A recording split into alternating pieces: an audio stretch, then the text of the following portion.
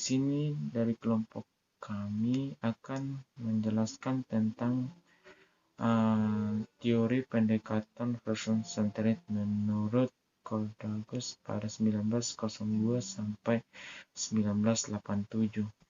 Nah, sebelum saya mempresentasi tentang pendekatan person-centered, saya akan memperkenalkan nama saya Immanuel, NIM 13 2019 601. Nah, sebelum menjelaskan tentang teori pendekatan person-centered, di sini saya akan menceritakan tentang biografi dari Koldalgus. Nah, Koldalgus itu dia lahir pada 8 Januari 1902 di Oud Prague. Dia anak keempat dari 6 bersaudara dari pasangan Walter dan Julian. Dorang itu keluarga religius dan taat. Awalnya dia mendalami ilmu pertanian, lalu pindah ke ilmu agama. Nah, dia kemudian beralih kembali mendalami ilmu psikologi. Dia mengambil ilmu psikologi. Nah,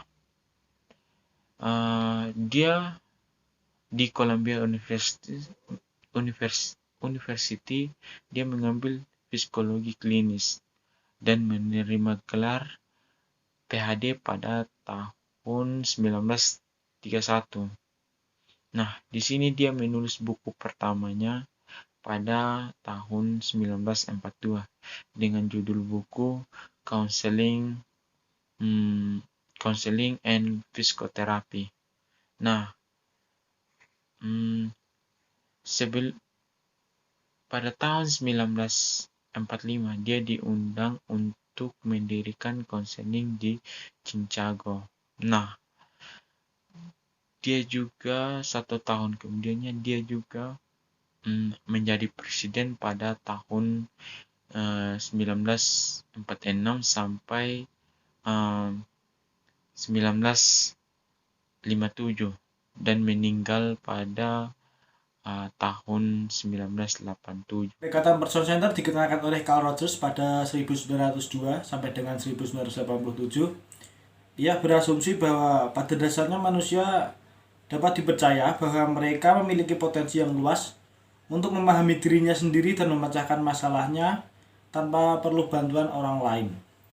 Kemudian ada konsep utama, manusia dalam pandangan Rogers adalah bersifat positif. Ia mempercayai bahwa setiap manusia memiliki dorongan untuk selalu bergerak ke depan yang berjuang untuk dapat berfungsi dan kooperatif. Filosofi tentang manusia ini berimplikasi dalam praktek teori person center, di mana terapis meletakkan tanggung jawab proses terapi terhadap kliennya. Bukan terapis yang memiliki otoritas, melainkan kliennya sendiri. Klien diposisikan untuk memiliki kesanggupan dalam membuat keputusan. 3 konsep yang terdiri dari beberapa aspek. 1. Organisme merupakan individu itu sendiri, mencakup aspek fisik maupun psikologis. 2. Phenomenal felt, yaitu pengalaman-pengalaman hidup yang bermakna secara psikologi bagi individu dan dapat berupa pengetahuan, pengasuhan orang tua, dan hubungan. 3. Self, yaitu interaksi antara organisme atau individu dengan phenomenal felt akan membentuk self, I, me, saya, atau kesadaran tentang self akan membantu seseorang membedakan dirinya dari orang lain. Tujuan konseling dalam pendekatan person center.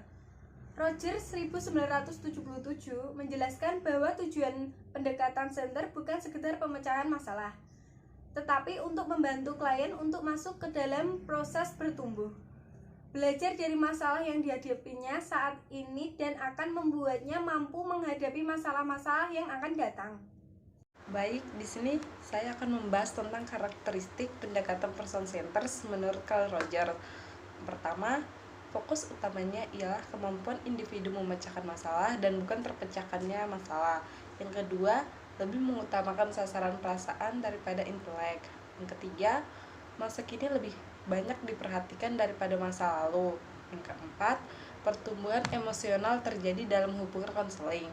Yang kelima, proses terapi merupakan penyelesaian antara gambar diri klien dengan keadaan dan pengalaman diri yang sesungguhnya. Yang keenam, hubungan konselor dan klien merupakan situasi pengalaman terapeutik yang berkembang menuju kepada kepribadian klien yang integral dan mandiri. Terus lanjut ke beberapa kelebihan pendekatan person centered, di antaranya memberikan landasan humanistik bagi usaha memahami dunia subjektif klien, memberikan peluang kepada klien untuk sungguh-sungguh diterima dan didengar. Yang kedua, klien bisa menjadi diri sendiri sebab mereka tahu bahwa mereka tidak akan dievaluasi dan dihakimi. Yang ketiga, klien akan merasa bebas untuk bereksperimen dengan tingkah laku baru. Yang keempat, klien dapat diharapkan memikul tanggung jawab atas diri mereka sendiri. Yang kelima, klien menetapkan bidang-bidang apa yang mereka ingin eksplorasi di atas landasan tujuan-tujuan bagi perubahan. Yang keenam, pendekatan person centered menyajikan kepada klien umpan balik langsung dan khas daripada apa yang baru dikomunikasikannya. Yang ketujuh, terapis bertindak sebagai cermin, merefleksikan perasaan-perasaan klien yang lebih dalam. Jadi kesimpulannya ialah bahwa klien memiliki kemungkinan untuk bisa lebih fokus dan makna yang lebih dalam pada aspek-aspek dirinya yang sebelumnya hanya diketahui sebagian oleh klien. Perhatian klien difokuskan pada banyak hal yang sebelumnya tidak diperhatikannya. Klien oleh karenanya bisa meningkatkan diri sendiri keseluruhan sikap dan pengalamannya. Teori ini memiliki beberapa kelemahan, yaitu yang pertama, konselor yang menggunakan teori ini terkadang masih salah dalam mengartikan atau menafsirkan sikap-sikap yang dikeluarkan oleh individu. Lalu yang kedua, teori ini mengutamakan pada diri konseli, sehingga peran konselor di sini sangat-sangat dibatasi. Jadi, konselor tidak dapat memberikan tanggapan-tanggapan secara aktif di sini. Lalu teori ini juga memiliki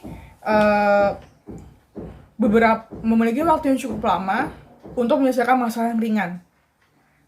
Jadi, teori ini juga tidak dapat digunakan dalam menyelesaikan masalah-masalah yang cukup berat, karena membutuhkan waktu yang cukup lama. Lalu, pendekatan ini juga masih belum dapat digunakan dalam budaya-budaya tertentu. Jadi, Rogers memiliki kesimpulan dari teori ini, dan dia memiliki ide pokok adalah bahwa individu memiliki kekuatan untuk mengerti, memahami dirinya sendiri, dan dapat menentukan pilihan jalannya dalam menyelesaikan masalah-masalah yang ia hadapi, asalkan konselor dapat menciptakan suasana yang mendukung hal tersebut.